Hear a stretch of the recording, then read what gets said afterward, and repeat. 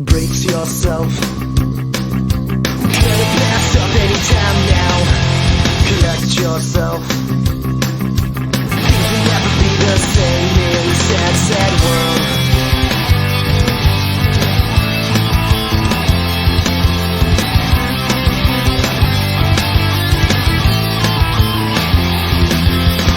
Walk around and light a bit, trying to make the pieces fit to a puzzle with a million missing pieces. When I'm feeling fine is when I discover that I'm afraid to blow my cover, and there's something very wrong with this. So slip back in your hole. Right now, good morning, everybody. Good to be with you today. So we've looked through the Khan Academy lessons. We've looked at the ancient and medieval history of India. Now, the region we're calling India really encompasses today's nations of India and Pakistan and Bangladesh. Pakistan and Bangladesh were not independent countries until less than 100 years ago. So when we're talking about ancient history and medieval history, we're talking about, a single megaculture. But we're usually not talking about a single nation state the way we think of it. The region of ancient and medieval India was very rarely united politically as a single country under one leader. But there were a couple of times in the past, a couple of empires, the Mauryan Empire that we're going to talk about today and that Sal Khan talked to you about, and then also a little later, the Gupta Empire. After that, until relatively recently, India was not a single united nation. But I want to take a little closer look with you today about the first of those unified Indian empires we call the Mauryan Empire. So the territory of India, not all of it, but this Indus River Valley where Indian civilization first emerged, in ancient times was at one point conquered by the Persians. It was part of the Persian Empire. Remember, the Persian Empire were Alexander's number one target. So when he took down the Persian Empire, he decided to also take all of Persia's territory. And so Alexander then took over this region of India. As Alexander lay dying, he lay dying without a successor. We remember that much. And so his generals gathered around his deathbed, and they said, please, please, please, Alexander, please tell us who you want to be the next king so we can keep this empire going strong. And do you remember what Alexander said, Miguel? No, I don't. Derek, you remember what Alexander said or what he did? I don't have to remember his exact words. Did he pick somebody? Oh, I die inside. I die brutally inside. Alexander's words on his deathbed. Who he wanted to take. Yes, Amanda Blanco. Is it like the strongest one? Yeah. Send my empire, give my empire to the strongest, and then cry havoc and let slip the dogs of war. That's his farewell address as he lay dying. You guys fight over it. My loyal friends, my generals who've been with me all this time, you guys fight each other and let the strongest one of you take over my empire. And so they did. Alexander's empire doesn't outlive him. It fragments. There's civil war, and it breaks into four pieces. This is one of Alexander's generals, Seleucus Nicator, and he is the one who gets the largest chunk of Alexander's empire, and he's the one who inherits the chunk that includes the part of India that Alexander had conquered. So now people in the Indus Valley are being ruled by the second generation of Macedonian Greeks from way, way, way, way over here. I don't know why I went too far, but way over here, being ruled by these foreign-speaking people with strange ideas and strange customs. And how does that usually work out? How do people usually enjoy being ruled by foreign people with foreign language and foreign customs and foreign ideas? Do we usually enjoy when that happens? Adrian, what do we usually do? Revolt. We usually revolt as soon as we can. All right? Sometimes we can't. Rome ruled a bunch of non-Roman people, and they ruled them for a long time. until they didn't anymore, until eventually they rose up. Same is going to happen in India. So the figure that rises up against Seleucus Nicator is Chandragupta Maurya. Chandragupta Maurya, an Indian warlord, and he unites a bunch of northern Indian clans, and they take on the Macedonian Seleucus, and they defeat him. They don't take over his empire. They just run the Macedonians out of India. Seleucus' empire lives on for 3 centuries, but he ain't got any control over India anymore. And now Chandragupta Maurya starts what's the first united Indian empire. And of course, to rule that empire, he chooses himself. And we actually name the empire after him. He was not a nice dude. Chandragupta Maurya ruled with an iron fist.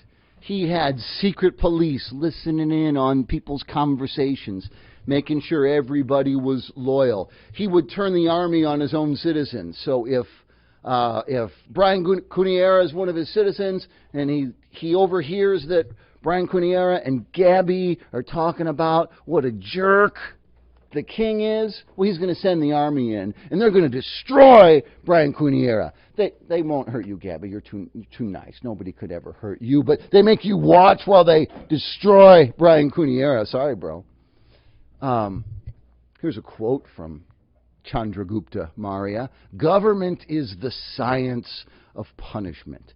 Don't yell out any names because we are on video, but do you ever have any teachers who it seems like this is their whole philosophy of teaching? Teaching is the science of punishment. You have those teachers. Any teacher's got to, have discipline, but sometimes you meet them who think they only got into it so that they could have a little bit of power over other people. I'll take your no response of any kind to be a yes, we hear what you're saying. And Juvie, you ever... Yeah. Is it me? Okay, good. Good, because I'll send the secret police after you. It's a Chandragupta Maurya joke. You paying attention? Chandragupta Maurya. I don't actually control... YouTube, I don't actually control the secret police, and I will not actually send them to crush Juvie's revolt. I might still send him after you, Brian. Gabby, you're cool. Nobody's messed with you. What am I talking about? France or something? No, India. So, the government under Chandragupta Maurya basically controlled the whole economy. They owned the land, so you weren't the owner of your home or your farm. You were allowed to use your farm, your home, even though your family had lived there for generations. The government was allowing you to use it. And they would tax you at the rate of about 1/4 of everything you produced. Why would people put up with that? You've got a ruler who's a jerk, who can be abusive, who is not concerned about your civil liberties. Nobody talked about civil liberties in the Maurya Empire. And he treats your home as if he owns it. Why would you put up with that? Why do you think people might put up with that? What are you looking for in a government? Brandon, come join me.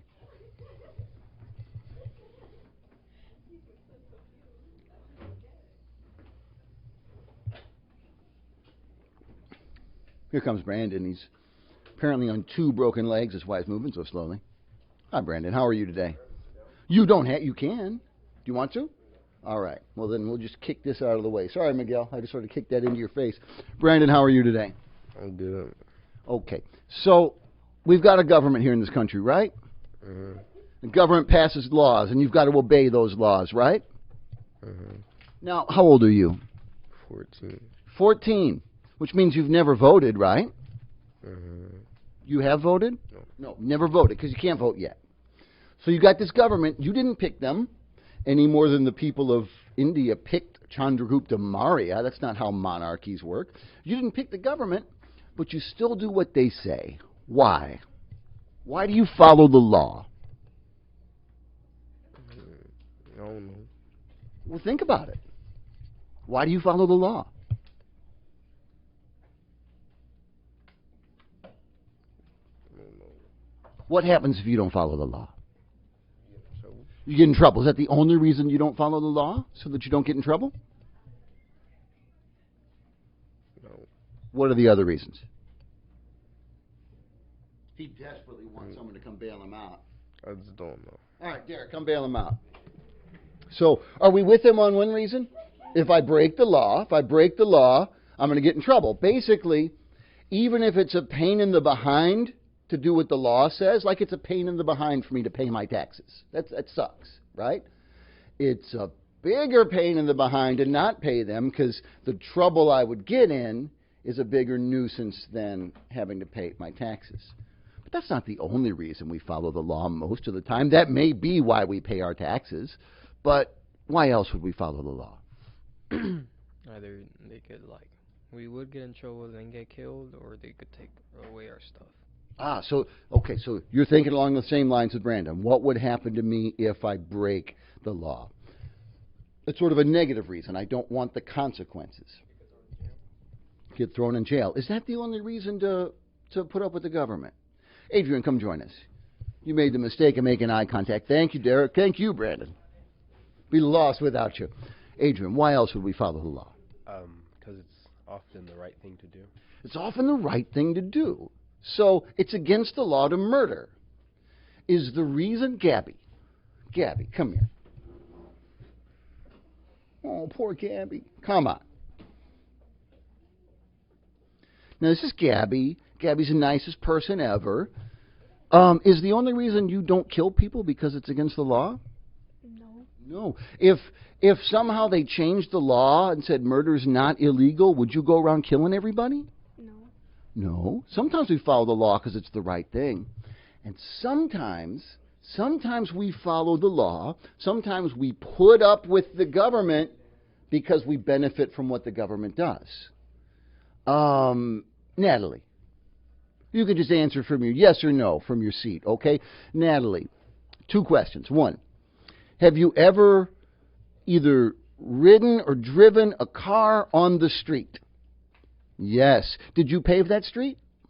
No. Kylie, have you ever gotten or sent something in the mail? Yeah? Did you deliver it yourself? No. Weird. Ruben, have you ever gone to school? Did you build that school yourself?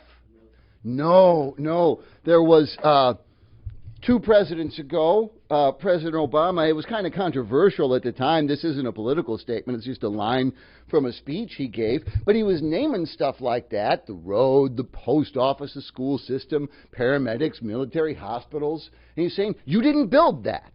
And he's right. None of us built the stuff. We all depend on the stuff. We put up with the nuisance of a government that sometimes may be stronger than we like when the government provides benefits. In the case of Chandragupta Maurya, yeah, he could be a jerk, but he made things work. His ideas led to increased food production and irrigation projects and crop rotation, and trade flourished. I'm an old man, remember, so long before you existed, and I was already in high school, President Bill Clinton was running for president, or he was running for president for the first time. So he was then Governor Bill Clinton was running for president, and like it or not, one of his campaign slogans was, "It's the economy, stupid." And we were supposed to take away from that the only thing that matters is how well we're doing financially. There's a lot of things one could argue with there, but people will put up with a lot of bull if they're doing okay financially. In a month or so from now, we're going to somehow get from ancient India to Nazi Germany in a month or so, when we're looking at the rise of Hitler and the terrible things he did. And we're tempted to think, how could people ever elect somebody like that? Because he didn't conquer, he was elected. And how could the people support him and even love him? We'll see rallies where Hitler is speaking where Hitler is speaking, and the people aren't there with a gun to their head because they have to be. They're cheering like he's a rock star. They love him. How does that happen? How does human nature get so perverted that we could cheer for someone like Hitler? Well, we'll see. A lot of the things he did benefited the economy, and when the economy's strong, people sometimes are willing to look the other way on a whole lot of bad stuff. This is ruins of his capital city. It's one of the largest cities in the classical age in the world. Of course, nobody lives forever, and neither did Chandragupta. So in 269 BC, he's succeeded not by his son, but his grandson, named Ashoka. That is who Anakin Skywalker's Padawan is named after, this king. And initially, as King Ashoka, who you're going to be working with all week, was just as cruel and grumpy and mean as his grandfather.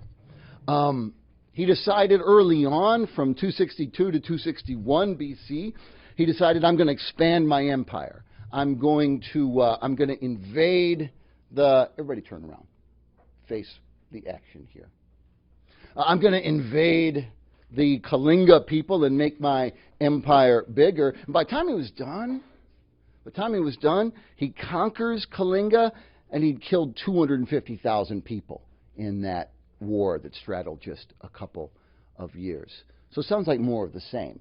What you've got is the makings of another Alexander, right? Who built his empire on the skulls of people whose heads he's cut off. Ashoka is the same until something that almost never happens to powerful leaders and conquerors. Ashoka had a crisis of conscience. After conquering Kalinga, he said, my goodness, what have I done? All these people I've killed. All this war. And for what? And he converted to the Buddhist religion. And from then on, he devoted himself to ruling with compassion and nonviolence. He wrote these words, what a dreadful deed have I done. I was the head of a vast empire, but I longed to take over a small kingdom, and I caused the death of thousands of soldiers. I widowed thousands of women and orphaned thousands of children. 150,000 people were taken prisoners. 100,000 were killed during the battle. Many more died as a result of the war. And now look, you might hear this and you might think, okay, I came, I saw, I conquered, I feel really bad about it. Saying sorry doesn't, maybe you think saying sorry doesn't make up for slaughtering 250,000 people, but most conquerors don't say sorry. Saddam Hussein never wrote anything like this. Alexander never wrote anything like this. Hitler never wrote anything like this. Usually conquerors are happy to just go on drinking the blood of the people they've slain. And Ashoka is remembered differently, as someone who had a conscience and changed his ways. All men are my children, said Ashoka. I'm like a father to them. As every father desires the good and the happiness of his children, I wish that all men should always be happy. Usually kings say, get on your knees and do what I say or I'll cut your head off. Ashoka says, I want everyone in my kingdom to be happy. He was dedicated to spreading his religion, the Buddhist religion. Sal Khan talked to you about Buddhism in the Khan Academy lessons. It began as a reform movement within the Hindu tradition of India. Ashoka gave the religion a real boost, and then the trade networks around the area enabled Buddhism to spread. Same thing happens a couple centuries later with the spread of Christianity. Christianity is really able to spread because of the system of roads, paved roads, and maritime travel empowered by the Roman Empire. With Buddhism, it's the trade network, especially something called the Silk Road. Did I have you look at that, or does that come next? Did you look at the Silk Road? Julie's shaking her head. Okay, that comes on the other side of this. So Buddhism, which began as a tiny minority reform movement of India, became a global phenomenon, a widespread belief system. And just like Christianity, Buddhism found a lot more success outside of its native country. Buddhism originates in India. It was never huge in India, but it took off like wildfire in East Asian nations. It becomes one of the dominant faith traditions of China, of Japan, of Korea, Vietnam, much larger outside of its home territory than it is at home. Christianity did the same thing. Christianity emerges in Israel-Palestine, but it's never been anything but a minority faith tradition in Israel-Palestine, and it really caught fire in Europe and North Africa.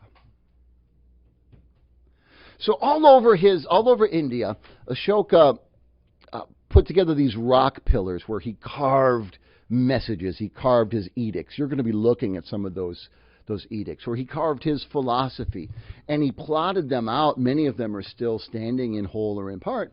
He plotted them out following either holy sites associated with the life of Buddha or Buddhist pilgrim destinations.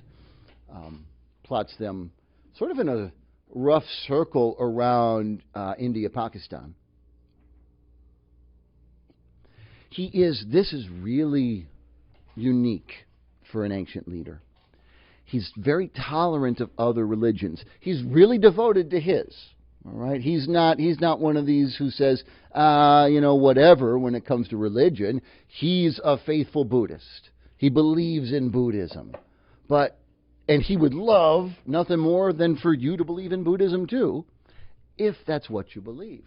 But if you believe something else, he's not going to mess with you.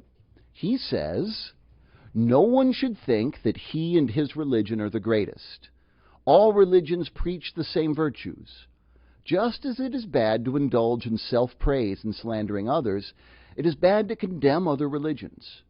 Respect for other religions brings glory to one's own religion. This is 2,200 years ago. The king says this. Contrast that to these words from Emperor Theodosius of Rome. We order the followers of Roman law to embrace the name of Catholic Christians. But as for the others, since in our judgment they are foolish madmen, we decree that they shall be branded with the disgraceful name of heretics, and shall not presume to give their buildings the name of churches. They will suffer in the first place the chastisement of the divine condemnation, and in the second, the punishment of our authority, which in accordance with the will of heaven we shall decide to inflict. So you've got two rulers. You've got an Indian king who is super devoted to his religion, and he says we should respect everyone's beliefs. We respect everyone's right to practice their own religions. And we have another king, a Roman emperor, who's also devoted to his own religion. Ashoka would respect that. But the Roman approach was to say, if you're not part of my religious tradition, well, first of all, you're an idiot and a madman. Second of all, God's going to strike you down. And third of all, so am I. The punishment of our authority, which we shall decide to inflict. You do what I say in religion, or I'm going to punish you however I choose. Two very, very different approaches.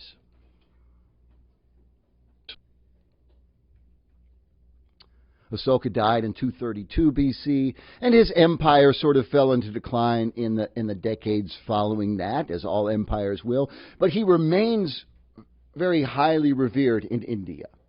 The people of India look at him the way the people in the West have always looked at Alexander the Great. So we sort of compare the two. So here's Alexander on the left and Ashoka on the right.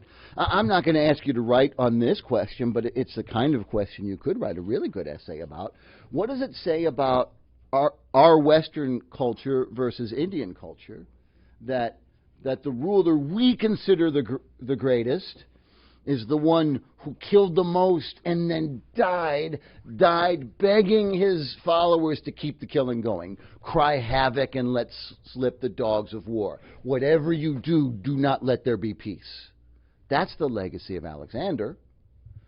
Whereas Indian culture considers the greatest ruler the one who was just as brutal as Alexander, and then stopped and said, he wouldn't have said, my God, stopped and said, my Buddha, what have I done?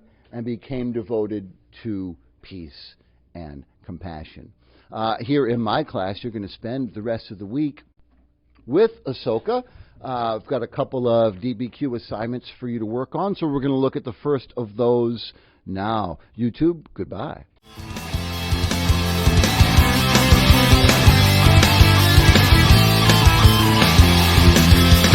Walk around a lot a bit, trying to make the pieces fit to a puzzle with a million missing pieces. When I'm feeling fine is when I discover that I'm afraid to blow my cover, and there's something very wrong with this. So slip back in your hole, or get back in your cave. If I'm going down, I'm taking someone with me.